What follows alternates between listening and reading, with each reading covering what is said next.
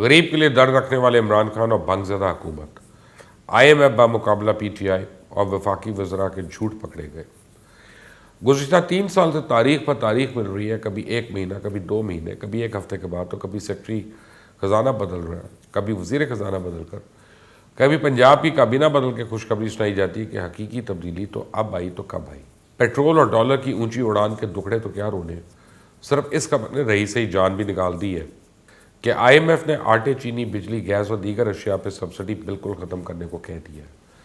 یعنی حکومت نے 100 پیاز اور 100 جوتے کھانے والی بات سچ ثابت کر دی ہے، مگر اس کے باوجود عوام کے حال پہ کسی کو ترس نہیں آ رہا۔ مجھے تو معیشت کا اتنا پتہ نہیں ہے، لیکن اس حکومت میں معیشت کے ایک سے ایک بڑھ کے ارسطو موجود ہیں۔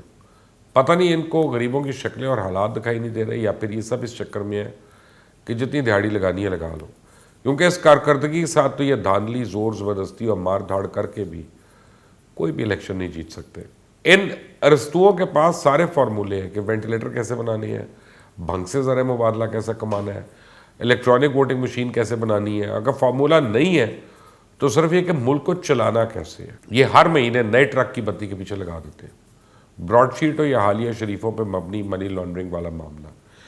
ان کی حکومت اور کارکردگی اتنی کمزور ہے کہ دل ہی دل میں نون لیگی تو چھلانگیں مار رہے ہیں کہ جو حال PTI نے عوام کا کر دیا، اس کے بعد تو کوئی اندھا گونگا بہرا ہوگا جو کہے گا عمران خان پاک صاف اور صادق و امین ہے۔ ویسے کیا زمانہ تھا جب ہمارے پیارے عمران خان شاندار باتیں کیا کرتے تھے، کشکول توڑنے، قرض نہ لینے کے دعوے ہوتے تھے، IMF کے پاس جانے کو ایک لعنت سمجھا جاتا تھا۔ اب تو لوگ نواز شریف اور اسحاق ڈار کو خلائی مخلوق سمجھنے لگے ہیں، جو اسی IMF کے ساتھ ایسے معاہدے کرنے کے باوجود عوام کو مہنگائی سے بچائے ہوئے تھے، ڈالر اور چینی کے ریٹ کو قابو میں رکھے ہوئے تھے۔ اب تو یوں لگتا ہے حکومت نے IMF سے $6 ارب لے کے پورا ملک گروی رکھ دیا، ہر شرط مانی گئی۔ ایسے گھٹنے ٹیکیں جیسے کوئی غلام اس وقت ٹیکتا ہے جب کوئی جلاد اس کا سر قلم کرنے لگا ہو۔ لوگ بلبلا اٹھے ہیں کہ امریکہ کو انکار کرنے والی حکومت کم از کم ایک انکار تو IMF کو بھی کر لے۔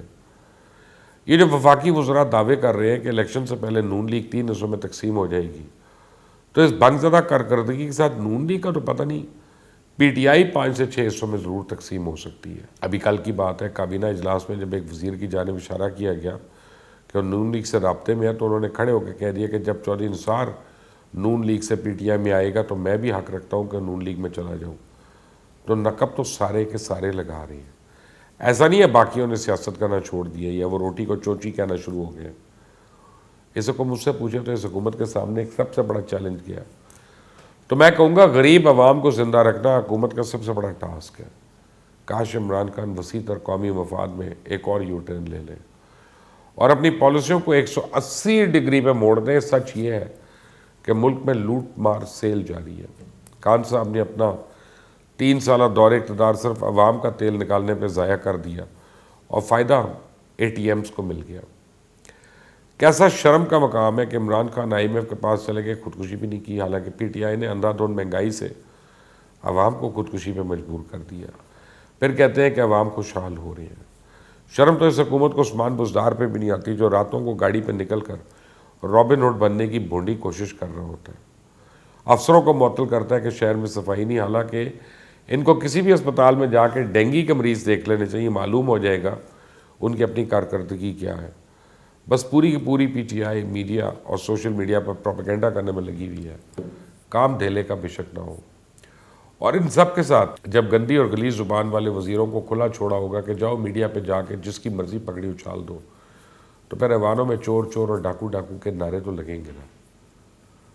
اب میں بات کروں گا تو مرچیں لگیں گی کہ ایسے ایسے لوگوں کو وزیر خزانہ لگایا ہوا ہے جن سے اپنا بینک تو چلتا نہیں، وہ ملک خاص چلائیں گے، اور بڑے جاؤ جلال سے آ کے پریس کانفرنس کر کے بتاتے ہیں کہ پیٹرول کی قیمت کم بڑھانے سے 2 ارب کا نقصان ہوا، یعنی ابھی بھی کم قیمت بڑھائی کی گئی اور عوام پہ احسان کیا گیا۔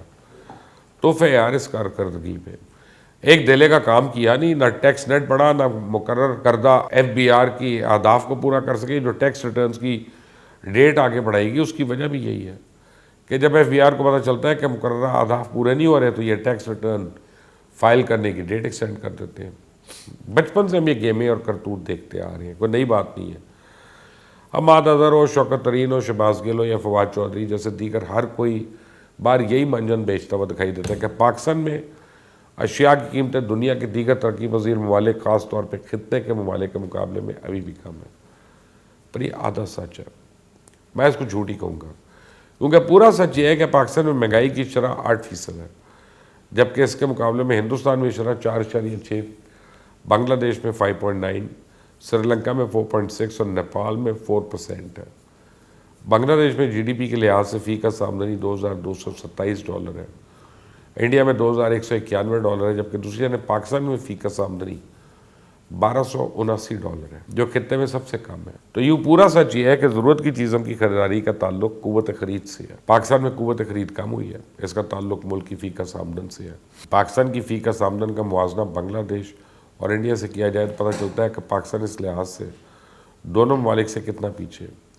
اگر انڈیا اور بنگلہ دیش میں پیٹرول مہنگا ہے تو وہاں پاکستان کے مقابلے میں لوگوں کی قوت خرید بھی بہت زیادہ ہے۔ حکومت یہ چھپا لیتی ہے کہ پاکستان اور دوسرے ممالک میں آمدنی کی سطح میں کتنا فرق ہے۔ اس وقت حقیقت یہ ہے کہ پاکستان خراب معاشی صورتحال کا شکار ہے، پاکستان فوڈ سیکیورٹی رسک والا ملک بنتا جا رہا ہے، اور زرعی ملک ہونے کے باوجود پاکستان گندم اور چینی کی درآمد میں مجبور ہے۔ اس وجہ یہ ہے کہ ہماری فوڈ سیکیورٹی ناپید ہو رہی ہے، ختم ہو رہی ہے۔ ایک طرف وزیر اعظم کہتے ہیں میں نے کرونا کو ایسا سنبھالا ہے کہ دنیا میں شاید نوبیل پرائز ان کو دے دینا چاہیے کہ غریب پر بوجھ نہیں پڑنے دیا، کاروبار چلتے رہے، پاکستان کھلا رہا۔ اب سارے کا سارا کرونا پہ ڈال دیا کہ جو کچھ کروا رہا ہے کرونا کرا رہا ہے۔ سچ یہ ہے کہ حکومت بھلا کر کیا رہی ہے؟ 0/0۔ سی پیک کو ہم نے تالے لگا دیے، 0 پرفارمنس ہے۔ گندم، چینی، دالیں، گھی تک تو ہم امپورٹ کر رہے ہیں، کہنے کو ہم زرعی ملک ہیں، اور جب سب کچھ ہی برآمد ہو رہا ہوگا تو ڈالر تو اوپر جائے گا۔ بیچتے تو ہم ہیں کچھ نہیں سوائے باتوں کے، یا شاید آنے والے سالوں میں کچھ حالات بہتر ہو جائیں، کیونکہ بقول شبلی فراز کے دنیا میں بھنگ کے تیل کی مارکیٹ $25 بلین ہے۔ یوں بھنگ کا تیل بیچ کر ہم شاید دنیا کا پہلا ملک بنیں گے جو اپنے پیروں پہ کھڑا ہوگا۔ واہ واہ! اب آپ کو سمجھ آئی اس تبدیلی کی کرامات۔ اس حکومت نے ایک کے بعد ایک یو ٹرن لیا، کوئی بھی ایک ادارہ اس حکومت کا ٹھیک نہیں چل رہا۔ بیشتر سرکاری کمپنیاں خسارے میں ہیں۔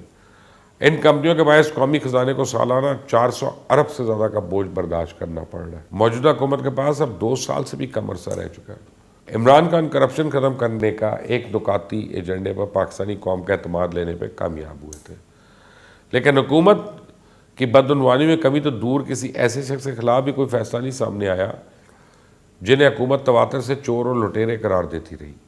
اور موجودہ حکومت کو یہ ہرگز نہیں بھولنا چاہیے کہ ان کے دور میں کرپشن ختم ہونے کی بجائے 124 درجے سے 128 درجے پہ آ کے پہنچ گئی ہے۔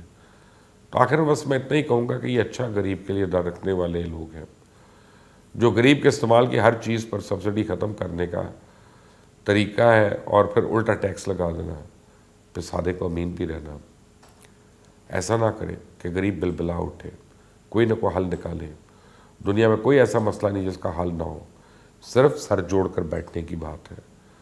اس چینل کو سبسکرائب کرنا مت بھولیں، بیل آئیکن کو پریس کریں۔ Until the next time.